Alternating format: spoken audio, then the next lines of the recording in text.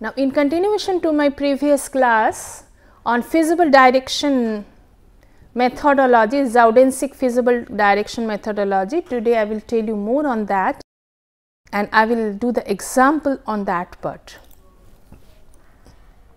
Now, Zaudensic feasible direction technique, you have realized that we are looking for the descent direction for minimization problem and ascent direction for the maximization problem. Now, what is the basic idea of the Zaudensic feasible solution direction method is that we start from a point and we move to the next point in such a way that we will remain within the feasible space, and not only that, we move in the descent direction for the minimize. Let me consider the minimization problem for my class. Okay. Now, and repeat the process again and again unless we reach the KKT point. That is the basic idea. That is why I repeatedly said that descent direction can be explained if S is a direction in n-dimensional space, where S is having different components like S1, S2 up to Sn, then grad f dot S, if we just take the inner product of two vector, that must be negative for the descent direction, because always the descent direction and the gradient of the objective function makes obtuse angle. Okay. And similarly, if we consider the feasible direction, there also I just showed you with figure that the gradient of individual constraint and the feasible direction makes again the obtuse angle. That is why the inner product of two will be the negative value rather than non-positive. It can be 0 as well. It will be 0 when we are at the boundary of the constraint. Okay. That is why if we just want to consider the values for these, that just you see both are negative. That is why if we consider a one variable alpha, which is the maximum of these two negative values, then our target would be to minimize this alpha, because we want to find out the direction as well as the step length in such a way that we will remain in the feasible space. If we want to maximize, then what will happen? One point I am starting, I will get the direction, but it may happen I will be out of the feasible space. Okay. That is why to remain negative, at the most we can go up to 0, that means up to the boundary of the feasible region. I have to minimize the alpha value. That is why in optimization for model we can just write it down in this way. And in other way, in other thing is that the direction SI, individual direction, we are considering the normalized value. That is why always the magnitude will be 1. If we just take the norm of this vector, it will be 1. That is why it will in between -1 and 1. But Zaudensic considered the feasible and the descent direction together as the usable direction. That is why our target is to, for the Zaudensic methodology, to find out the usable direction from a point. That is why the whole method starts from initial guess point and it moves to the through the usable direction up to a certain step length and stop there. Check for optimality. If it is not so, again from that point it moves to the next usable direction, okay, with the optimal step length. Go there.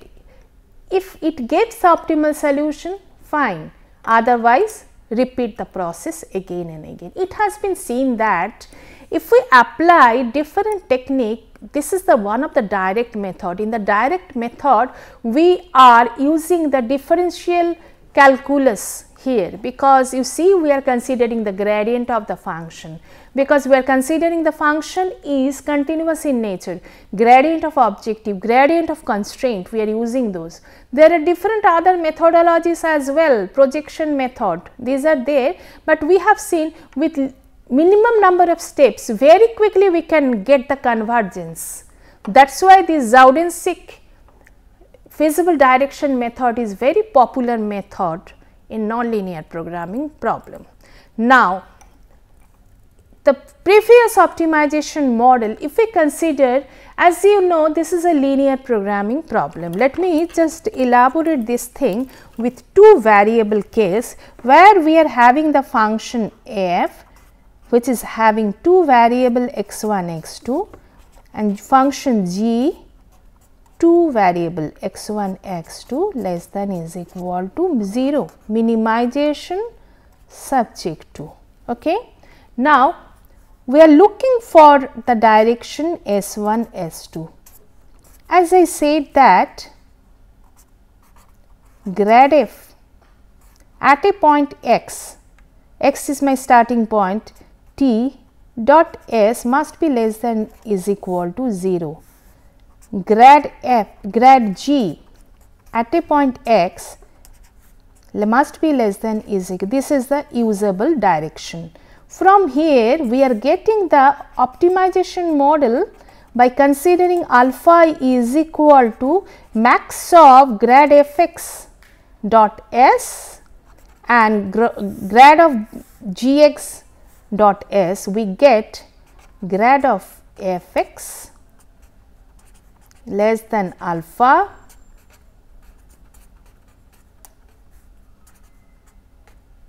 this is g alpha and individual si minus 1 and 1. Just look at the model. This model we are having where alpha is always negative. If alpha is 0, then gx is equal to 0, that means we are in the boundary of the feasible space. That is why if alpha equal to 0, this is a linear programming model, because the function at any point, if I just elaborate this, we will get, for example, we are having grad f1 x1 square plus x2 square, and we are having a point 1 1. From there we are searching from a usable direction.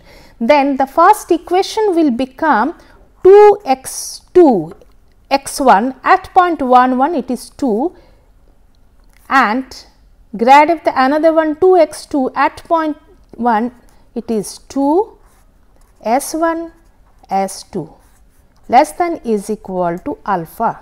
And for the g, let me consider x1 plus x2 greater than equal to 4. That is why we can have 1 1 s1 s2. Oh, I am making it minus minus minus, that is why minus minus less than is equal to alpha.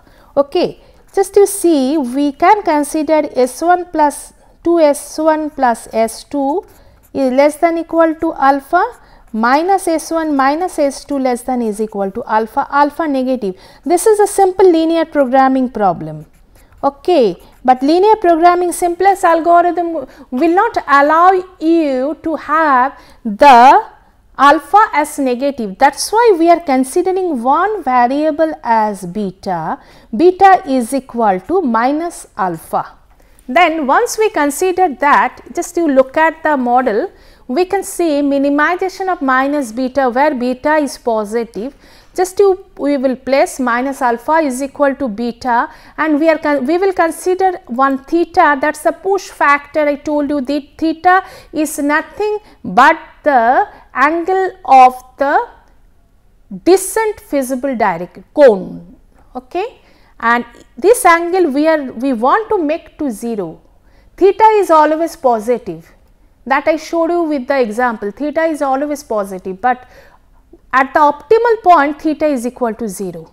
At the KKT point theta is equal to 0, our target. That is why theta is positive, everything is positive here. We can solve with linear programming very nicely, but here we are making certain transformation from SI, we are making SI is equal to Ti minus 1. If we just substitute it here, the previous equation, just to see, we were having 2s1 plus 2s2 less than is equal to alpha minus s1 minus s2 less than is equal to alpha, s1 in between minus 1 and 1, as to in between minus 1 and 1, after this transformation it will become 2t1 plus 2t2 less than is equal to alpha plus 2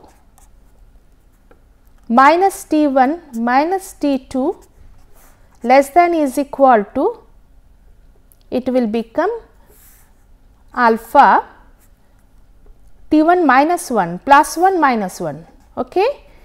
T1 will become in between 0 to 2 and alpha minus 2, because 1 from 1 here, from 1 that one, and T2 will be again in between 2. Then you see, if we just maximize, if we just minimize beta, where beta is equal to minus alpha, then my job is done. That can be considered as a simple linear programming problem. Okay, that's the, now theta should be there as a push factor. Minimization of minus beta, as we consider alpha is equal to minus beta. That's why, that's correct. Now, one thing is that I did not consider the push factor theta here, because we may consider, we may not consider, in the sense that theta will be always positive. That is why in general case we can consider theta as equal to 1. Otherwise, I can consider one term here as minus theta beta, that can be considered here nicely, plus theta beta. Alright. That is why whatever I have written, just to see, the same thing has been written in elaborated form, T1 del G jx1 etc., and in the right side, because of the term Si is equal to Ti minus 1, because of 1 this part will go in the right, here also it will go in the right in the similar manner. Okay. And J will be, there are m number of constraints. Let us apply this technique for one of the nonlinear programming problem, the Zaudensic feasible direction. Just I will tell you the algorithm briefly first, very quickly. We will start from a point x1, we will see whether the x1 is the interior point of the feasible space or outside point. That is more important, because we cannot start a point which is out of the feasible space. Zaudensic method will not allow us, always it should be the interior point. That is why we will check whether x1 is in the interior or not, and we will evaluate the value for fx1 if gj is less than 0 interior, otherwise exterior. We know the feasible direction is minus del f x I, that is starting I is equal to 1. Okay.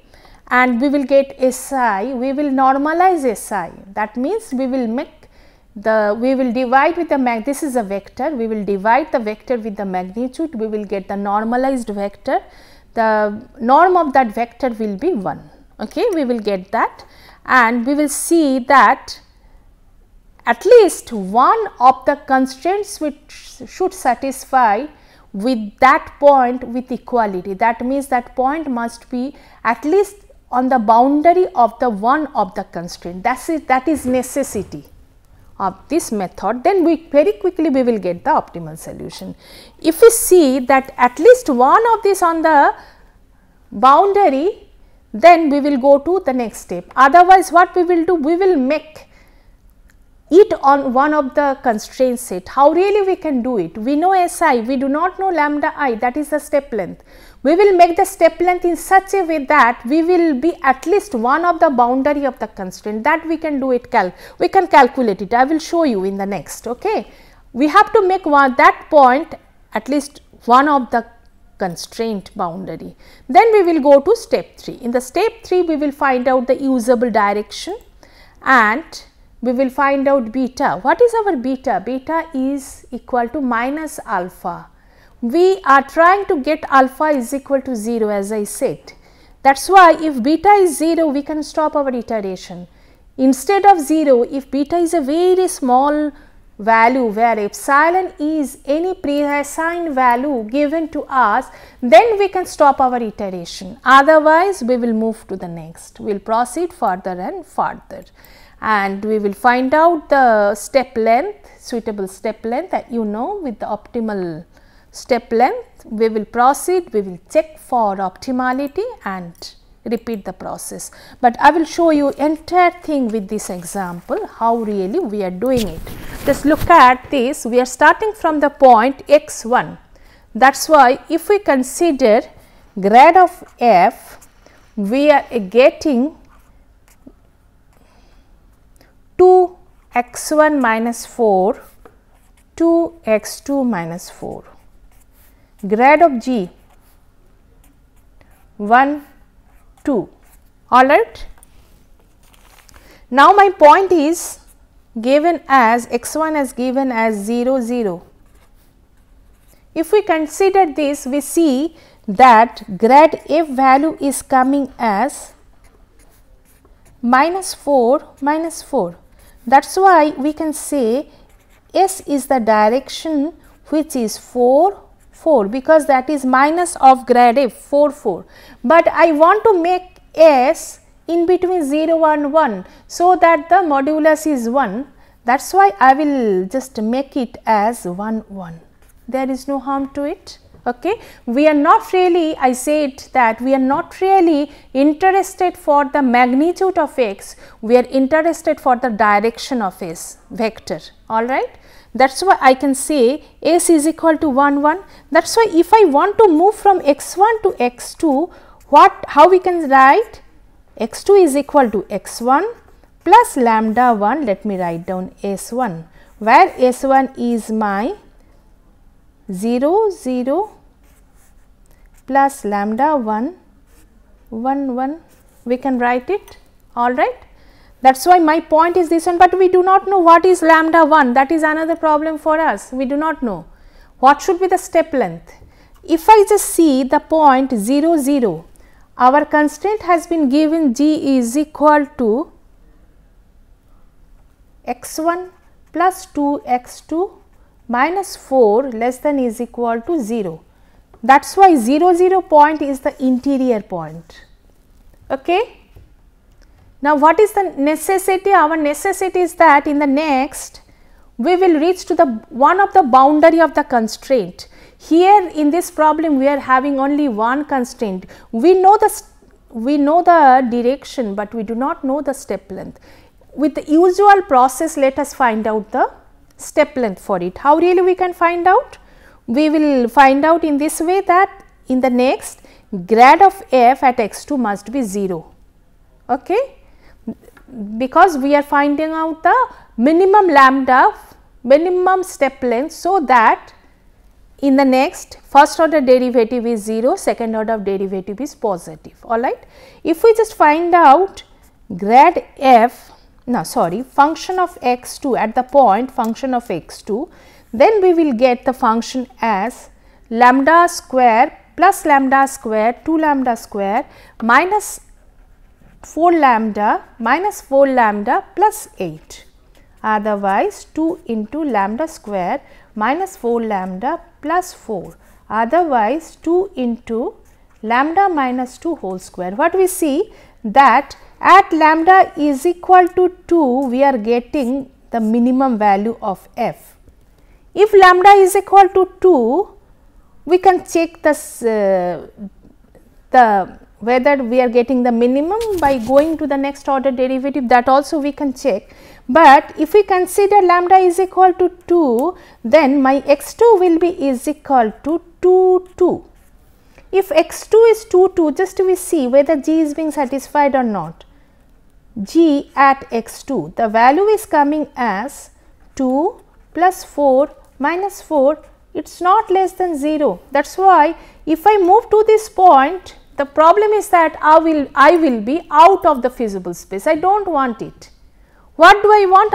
I want a point which must be at the boundary of the feasible region. How I can make at the boundary of the feasible region? So that g x2 must be is equal to 0. Okay, then I will be at the boundary of the feasible region. I will find out for what value of lambda x2 will be at the boundary of the feasible region. Then if I just put x2, then I will get 3 lambda minus 4 is equal to 0, or lambda is equal to 4 by 3. All right. Then my next point will be x2 would be 4 by 3, 4 by 3. This is the first point, this is the next point, and this point is on the boundary of the feasible region. Same thing has been written here. Just to look at, I said this is the direction and we are moving to the boundary of the feasible region. Now, at this point we will see, if I just go to this point, whether we are getting optimal or not. How we can check it? We will see whether fxi minus fxi plus 1 divided by fxi, if it is very small, I am getting this value as 8 by 9, this is not very small value, that is why this is not an optimal point. Okay. I will go to the next. Not only that, we are getting gx2 is equal to 0. That is why from x2 I will move to the next point. How I will move? I will move through the usable direction. That is the thing, because if I move to the usable direction, then only I will be within the feasible space. I have started from the interior point, then I have moved to the boundary of the feasible region, then you see I have to find out next the usable direction. How we can find out the usable direction? Look at this. Usable direction is coming as minimization of minus beta and t1 plus 2 t2, because my x2 is 4 by 3 plus beta less than is equal to 3, minus 4 by 3 t1 minus 4 by 3 t2 plus beta less than is equal to, by considering theta is equal to 1 again, and t1 t2 in between this. If we just solve this optimization problem, this is a simple linear programming problem, we will see that the solution will come as value of beta will come minus 4 by 10 and the value of t1 t2 will come as 2 and 3 by 10. Okay?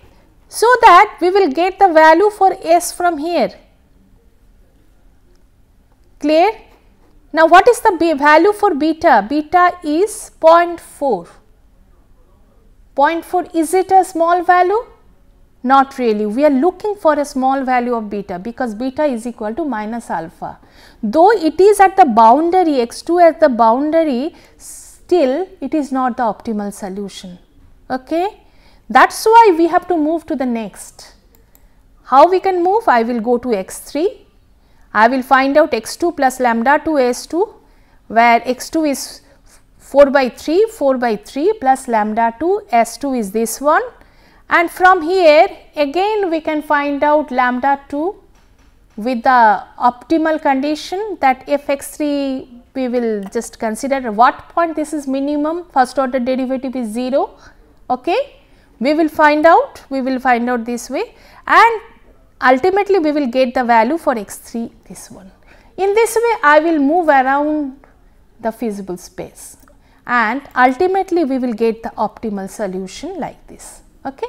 That is the whole feasible direction method. I am just showing you another problem how we can handle it. Okay? If time permits, I will do a part of it, otherwise you just complete it and take it as the assignment. I will supply you the solution for it. The problem is this one, minimization of 2x1, x2, etc. Let me find out first the grad f. This is the first part of it.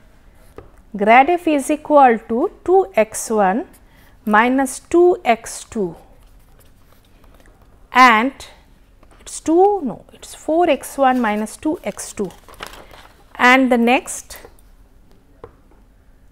4x2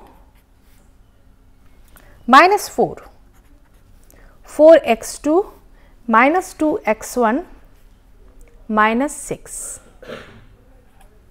Now, my starting point, if I consider the first point as 0 0. All right. If I consider that, what is my grad f value then? Grad f value would be minus 4 minus 6. Okay. If I consider this one, then what will be the S value? S value would be minus grad f, that is equal to 4 6. I have to normalize this one. I will get a value for S. This way we can do, in other way also we can find out S. How we can find out? I can find out this way as well, that we will find S such that minimization of ST grad f subject to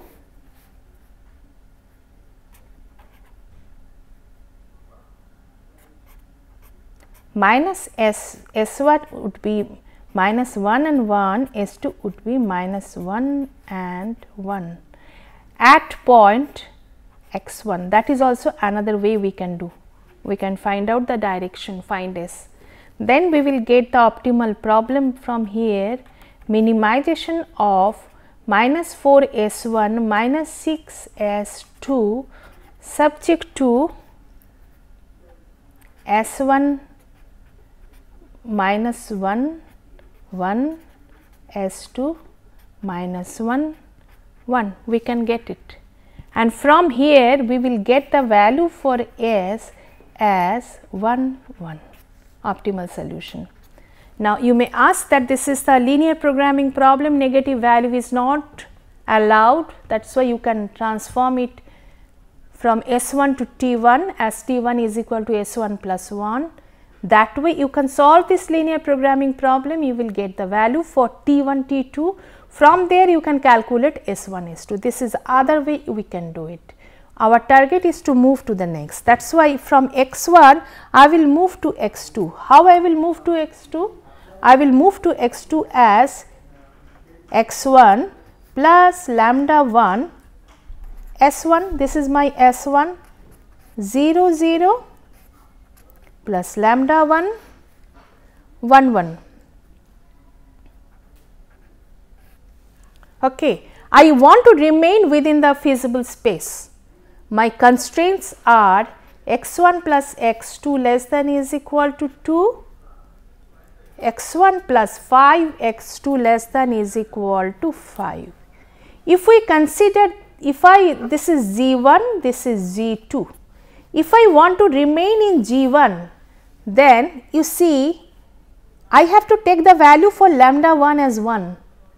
Then G1 x1 will be is equal to 2. Then I will be, what I said, that I want to be G1 x2 must be is equal to 0. That means how much lambda I have to take for it, that is the question. That is why lambda 1 plus lambda 1 minus 2 must be equal to 0. It means lambda 1 must be is equal to 1. That is why in the next we are moving to x2 to 1 1. This is my second, this is my first. All right. What I have to do? I have to move to the next. I will go to x3. How I will go to x3? x2 plus lambda 2 S2, where x2 is 1 1. Now, what will be S2? S2 will be the direction that is usable, because already I am at the boundary of the feasible space. That is why I have to solve minimization of minus beta such that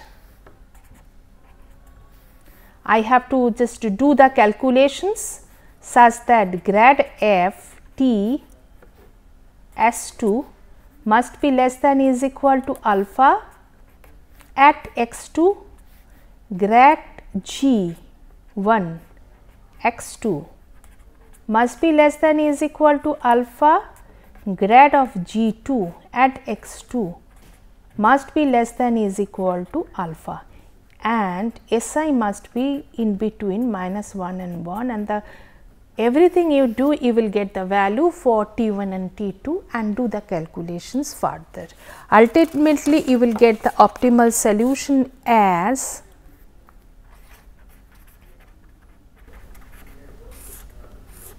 you will get, do not consider is alpha, consider is minus beta. Optimal solution you will get as 35 by 31 and 24 by 31, and corresponding functional value you will get as minus 7.16. Okay. And you will see at this point grad f dot, the direction is will come as 0, that is your beta will come as 0, almost 0. Okay. That is the beauty of the geodesic feasible direction method. In this way you can solve linear programming problem by remaining within the feasible space. Thank you.